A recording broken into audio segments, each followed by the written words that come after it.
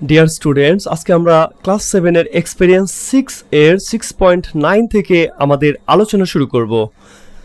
6.9 এ দেখো আছে, now read the text given below, then in a group of 6 to 8 discuss the meaning of the text following the strategies you have learned in this unit. Later, explain the strategies you applied to understand the meaning of the text to the whole class. 6 জন থেকে 8 জন করে দল গঠন করো এবং নিচের লেখাটি পড়ো। এবার এই পাঠে পড়া কোনো একটি পদ্ধতি অনুসরণ করে লেখাটির অর্থ বের করো। তারপর শ্রেণীকক্ষের সবার সাথে তোমার ব্যবহৃত পদ্ধতি নিয়ে আলোচনা করো। আমরা নিচে কিছু পাঠ বা টেক্সট পাবো। এখানে কিছু অজানা শব্দ বা বোল্ড অথবা আন্ডারলাইন করা শব্দ থাকবে। এইগুলোর অর্থ আমরা কিভাবে জানতে পারলাম সেইগুলো আমাদের এখনকার আলোচনার বিষয়। আমরা যে পদ্ধতি অনুসরণ করে এই মিনিংগুলো বের করতে পেরেছি সেইগুলো নিয়ে আমরা আলোচনা করব। তাহলে চলো আমরা চলে যাই আমাদের প্রথম পাঠে। তোমরা এখানে একটা ছবি দেখতে পাচ্ছ। এই ছবিতে কোকোয়া বিন, কোকোয়া গাছ এগুলো দেওয়া আছে। আমাদের প্রথম টেক্সট এই কোকোয়া সম্পর্কে বা চকলেট সম্পর্কে। আসো আমরা প্রথম পাঠটা পড়ে নেই। টেক্সট 1, প্রথম পাঠ। Earlier chocolate was so precious that it was used as money. Now we use chocolate every day and on special occasion such as birthdays, Mother's Day and Friendship Day. Chocolate comes from the cacao tree, which grows near the equator. After 4 years, the trees start to produce pods. Farmers open the pods and take out the seeds. Vanilla, sugar, cinnamon and other spices are added to the ground of seeds. The origin of chocolate is interesting. As early as 2000 years ago, people of the Americas were mixing cacao beans, water and spices to make a drink.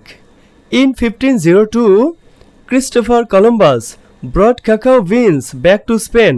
People later learned how to change chocolate from liquid to solid, and by 1847 they were enjoying chocolate candy bars.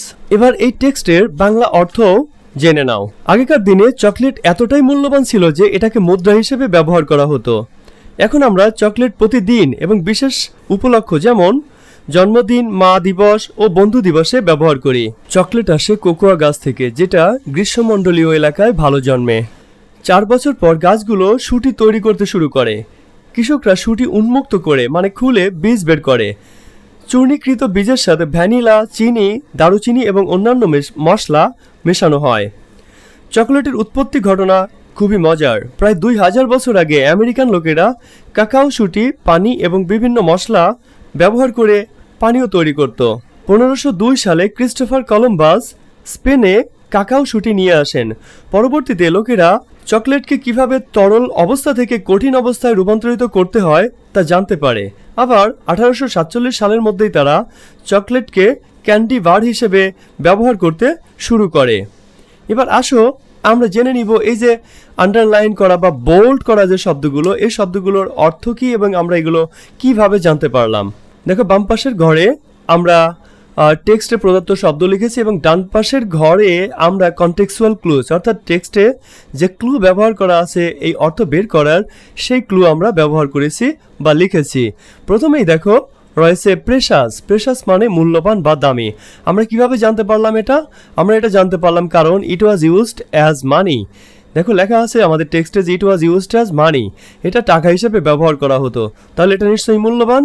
এরপরে দেখো রয়েছে special occasions. Special occasion মানে বিশেষ অনুষ্ঠান। তাহলে এই বিশেষ অনুষ্ঠান, এই স্পেশাল ওকেশন মানে যে বিশেষ অনুষ্ঠান, আমরা কিভাবে জানলাম? কারণ উদাহরণ দিয়ে লিখেছে যে এটা বার্থডে, মাদার্স ডে এবং ফ্রেন্ডশিপ ডে। যেমন ধরো বার্থডে, মাদার্স ডে বা ফ্রেন্ডশিপ ডে, এটা দেখে আমরা বুঝতে পারলাম যে এই শব্দটার, এই ফ্রেজটার মানে হলো বিশেষ অনুষ্ঠান। কারণ মাদার্স ডে, বার্থডে বা ফ্রেন্ডশিপ ডে এগুলো বিশেষ অনুষ্ঠান। এরপরে রয়েছে পডস। পডস মানে শুঁটি। আমরা এটা কিভাবে এটার অর্থ পেলাম? দেখো এরপরে লেখা আছে যে farmers take out the seeds, farmers open the pots and take out the seeds. কৃষকেরা এগুলো খোলে এবং এর ভিতর থেকে বীজ বের করে আনে। সুতরাং এটা যে শুঁটি, এর থেকে বুঝতে কোনো অসুবিধা হয় না। এরপরে দেখো রয়েছে অরিজিন। অরিজিন মানে উৎপত্তি বা উৎস। তো আমরা কিভাবে এটার অর্থ বের করতে পেরেছি? দেখো লেখা আছে যে ইট ওয়াজ ইউজড 2000 years ago। এটা 2000 বছর আগে থেকে ব্যবহার করা হতো। তাহলে এটা দেখে আমরা বুঝতে পারি যে অরিজিন মানে হলো উৎস। এবার দেখো এরপরে রয়েছে ড্রিঙ্ক। ড্রিঙ্ক মানে আমরা জানি পানীয়। তো এটা আমরা কিভাবে বুঝতে পারলাম যে ড্রিঙ্ক মানে পানীয়?